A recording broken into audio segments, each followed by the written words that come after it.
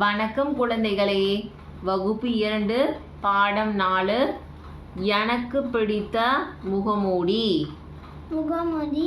எனக்கு பிடித்த முகமூடி. பாடத்தை வாசித்து ஆசிரியர் கதை கூற மாணவர்கள் அதை கேட்டு மகிழ்தல். ஒரு காட்டில் சோம்பேறியான கழுதைப்புலி ஒன்று வாழ்ந்தது. அதற்கு உறங்குவது என்றால் கொள்ளை பிரியம். தினந்தோறும் வேட்டையாடி உண்பது கூட அதற்கு பிடிக்கவில்லை.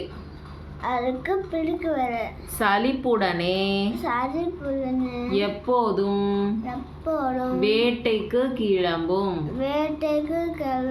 வேறு விலங்குகள் விட்டு சென்ற மிச்சமீதி இரையை உண்டு தன் பசியை போக்கிக் கொள்ளும்.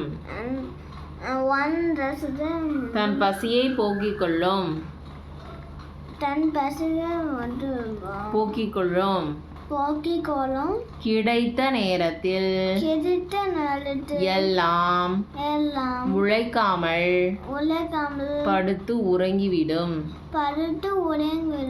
அப்படி ஒரு நாள் படுத்து உறங்கும் போது கழுதை புலிக்கு ஒரு கனவு வந்தது.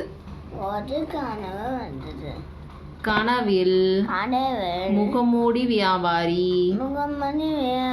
ஒருவன் விட்டு சென்ற கூடை அதற்கு கிடைத்தது. அதில் பல வகையான விலங்குகளின் முகமூடி பொம்மைகள் இருந்தன.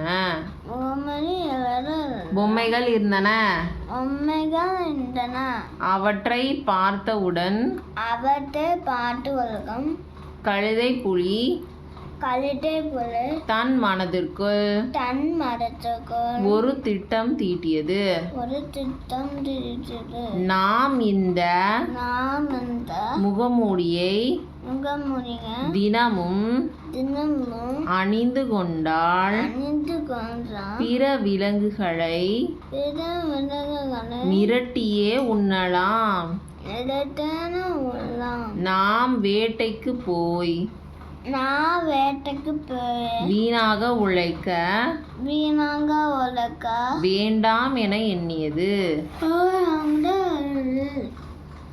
அடுத்த நாள் தனக்கு பிடித்த கரடி முகமூடியை அணிந்து கம்பீரமாக நின்றது.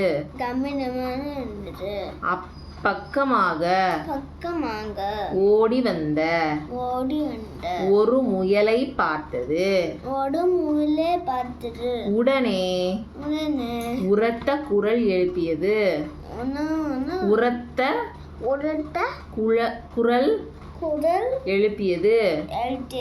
முகமூடி அணிந்த வினோத கரடி உருவத்தை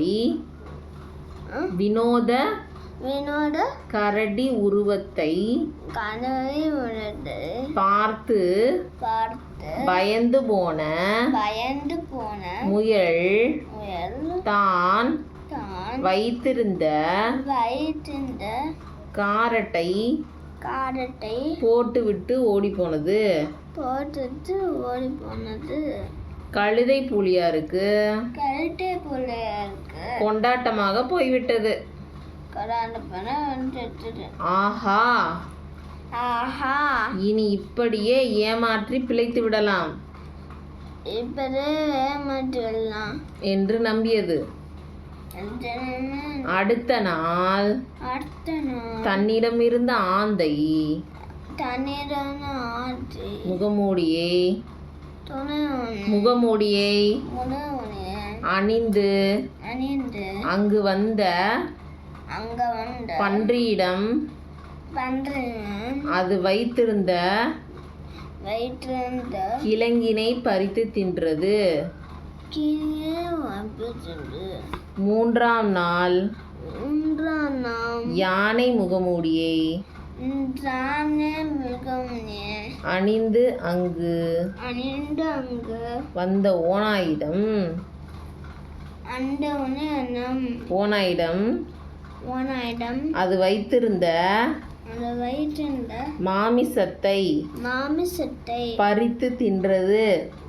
படித்து தின்றது. 4ஆம் நாள் 4ஆம் நாள் புலி புலி முகமூடியை அணிந்து புலி முகமூடியை அணிந்து புகமனை அணிந்து ஏமாற்ற காற்றிருந்தது. ஏமாற்றி காசு. அப்போது அப்போது அவ்வழியே ஒரு சிங்கம் அதிலே ஒரு சிங்கம் தன் இரையை கவ்விக் கொண்டு வந்தது. கவ்வி கொண்டு வந்தது. சிங்கத்தை கண்ட சிங்கத்தை கண்டு கழுதை புலி கழுதை புலி பயத்தில் பயத்தில் தன் உண்மையான குரலை உண்மையான குரலை எழுப்பியது. எழுப்பது.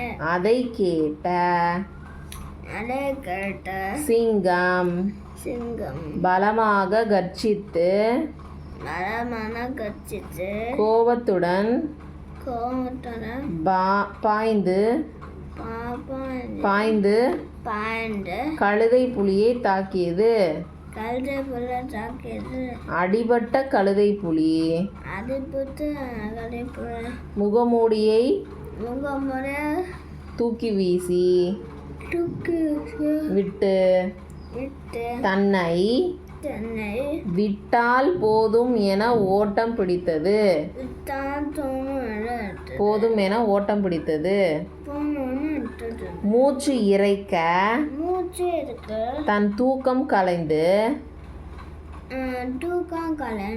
எழுந்த கழுதை புலிக்கு இப்போதுதான் புத்தி வந்தது.